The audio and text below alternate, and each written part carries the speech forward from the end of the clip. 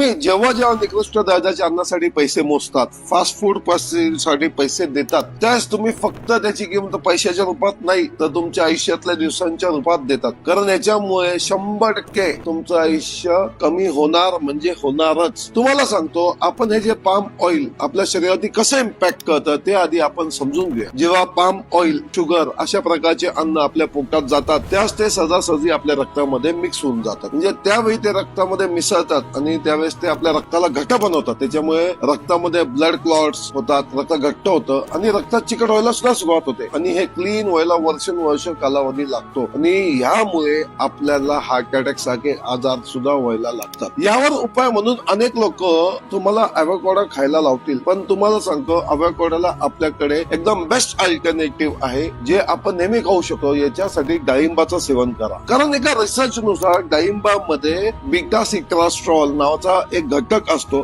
जो आपल्या रक्ताला शुद्ध करायचं काम करतो. आणि सगळ्यात महत्वाचं, आपल्या आरोग्याला प्रथम प्राधान्य द्या, नाहीतर आपण जे काही कमवलंय ते 100% आपण हॉस्पिटलमध्ये गमवणारच.